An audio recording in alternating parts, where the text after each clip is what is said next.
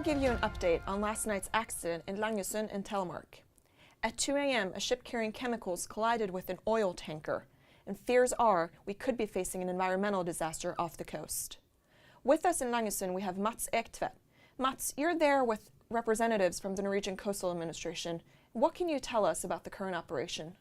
Yes, that is correct. I'm here with the incident commander in Langesund. And could you tell us, Johan Marius Lie, what is the situation around the collision site right now? Well, the two vessels that collided this night have now been towed to port.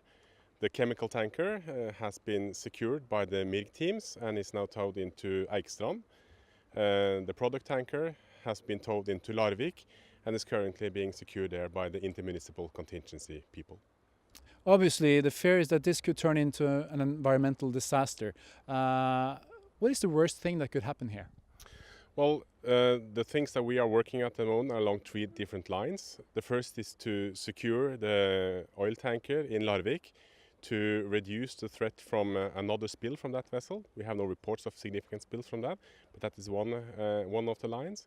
The second is to secure the product tanker at Eikstrand to prevent oil from leaking from that vessel, and also to secure the amount of chemicals on board to mitigate the threat to the inhabitants in the area and to the environment. And the third is to mobilize and continue oil spill response operations to recover as much as possible of the huge oil slick that is now floating at the collision site. Yes, does Norway have the resources to handle this kind of situation?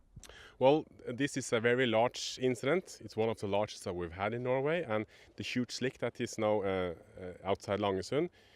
To have the resources available for that, we have mobilized resources through the Copenhagen Agreement from Sweden and Denmark, from Germany and from the European Union. So we're having a lot of resources, and more is coming along as we speak. Could you tell us, Lie, how could something like this happen? Well, it's too early to look into that. Our main focus at the moment is to continue the oil spill response operations, secure the chemical vessel, and also to focus on the mitigating efforts.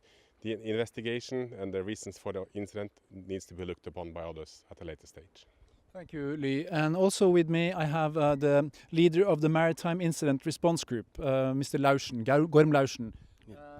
What can you tell us about the risks involved here and what you have been doing here? We're a team of special trained firefighters who sent out to stop this leak on the chemical tanker. Our first task is to get out in the area where the ship is, and we were transported by helicopters down to a Swedish Coast Guard. And on board this Coast Guard, we had to make a plan, get an overview of the situation.